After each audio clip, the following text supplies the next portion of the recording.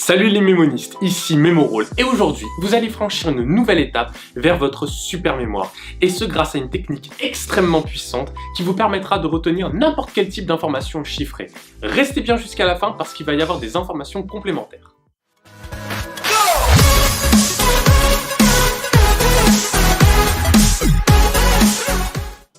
Alors combien de fois vous avez vu ou vécu ce genre de situation? Ouais ça va, je te dérange pas? Non, je voulais juste savoir, t'es chaud ce soir, on sort? Quoi? Ah oui, ce soir c'est l'anniversaire de Sophie! Oh, j'ai complètement oublié. Elle va me tuer là, c'est sûr. Ou alors, plus simplement, la chute du mur de Berlin. Attends, je crois que c'était en 90. C'était en 90, non, ça. 91? J'ai un trou de mémoire là, je m'en souviens plus. C'était quand? Le 9 novembre 1989. Ouais, mais tu sais, ça c'est le genre d'info, t'apprends, puis t'oublies, puis après, bon voilà, mais après c'est pas très grave si je m'en souviens plus. Alors non, ce n'est pas très grave, mais heureusement, on a trouvé une super astuce pour contrer ce genre d'oubli. On se dit tout simplement, non mais j'ai une mauvaise mémoire des chiffres en fait, c'est tout. Alors, super astuce, sinon il existe une vraie technique qui vous permettra de ne plus jamais oublier ce genre d'informations. Reprenons l'exemple du mur de Berlin. Nous avons vu que la chute était donc le 9 novembre 1989. Maintenant, je vais vous donner une petite histoire. Je vous renvoie la vidéo sur les 5 astuces pour booster votre mémoire. Donc, je vais vous conter une petite histoire. Imaginez-vous en train de lancer des œufs contre le mur. Et tout d'un coup, pour défendre ce mur, se dresse un diable devant vous.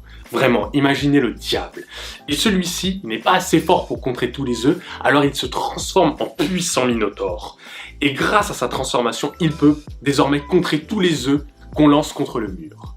Alors, je suis sûr que vous êtes en train de vous dire « Ouais, elle est sympa ton histoire, mais mais comment t'as créé un truc pareil? C'est quoi le rapport entre genre le diable et le mur de Berlin? Je vois pas le rapport là. » Alors, le rapport, c'est qu'en fait, j'ai utilisé une technique qui s'appelle la table de rappel.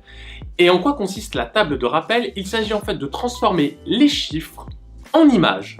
Alors pourquoi on dit qu'on a une mauvaise mémoire des chiffres? Tout simplement parce que les chiffres c'est abstrait, ça ne renvoie à rien. Si je vous dis imaginez le chiffre 11, vous allez imaginer le nombre 11 mais vous n'allez pas avoir d'images qui vous viennent spontanément en tête. Alors que si je vous dis visualiser un diable, c'est beaucoup plus facile pour vous parce que vous avez plusieurs représentations du diable possibles. Eh bien le but de la table de rappel c'est justement de passer de quelque chose d'abstrait à quelque chose de concret, à remplacer un nombre par une image. Maintenant, reprenons la petite histoire. Je vous ai imaginé en train de lancer des œufs contre le mur et d'un coup le diable apparaît et se transforme en minotaure pour le protéger. L'œuf représente pour moi le chiffre 9, c'est logique. Le 11, je visualise en fait deux cornes qui me font penser au diable. Et le 89, qui finit par œuf lui aussi, eh bien j'imagine un bœuf. Et le bœuf, je l'imagine en minotaure. Donc vous voyez, j'ai 3 éléments et je dois les lier ensemble pour obtenir une petite histoire mémorable. Je vous renvoie au concept de lier les informations entre elles pour pouvoir mieux retenir. Donc j'imagine des personnes en train de lancer des œufs, le diable intervient pour les protéger et le minotaure donc renforce cette histoire. Vous voyez en fait comment en liant tous ces éléments, je peux retenir le 9 novembre 1989. Grâce à cette petite histoire, j'ai pu retenir la chute du mur de Berlin. Ah ouais, c'est pas mal. Donc là, on a transformé en fait les chiffres en images, donc c'est pour ça que t'as cette petite histoire. Ah j'avoue, c'est pas mal, c'est plus facile à s'en souvenir. Mais est-ce que tu peux vraiment utiliser cette technique pour mémoriser n'importe quelle suite de nombres? Vas-y, donne-nous un autre exemple pour voir.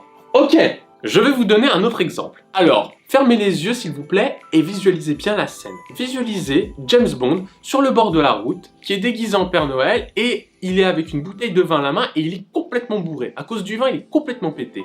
Là, un flic passe dans la rue et il contrôle le James Bond. Et celui-ci, pris de folie, commence à lui lancer des œufs dans la gueule. Genre, si t'approches pas de moi. Alors là, le policier, évidemment, il l'embarque et il l'arrête. Ah ouais, donc là, t'as fait la même technique en fait. T'as remplacé les chiffres par des images, c'est ça? Exactement. J'ai transformé encore une fois les chiffres en images. Et je vais vous dire comment j'ai fait. Alors, James Bond, donc 007, donc le 07, déguisé en Père Noël, donc le 25, pour le 25 décembre. Je l'ai imaginé ensuite avec une bouteille de vin, donc le 20 et le chiffre 20. J'ai imaginé ensuite que la police arrive passer dans le coin, donc le 17, voilà pour police secours. Ensuite, j'ai imaginé que James Bond lui lançait des œufs dessus, donc encore une fois, on reprend l'exemple du 9.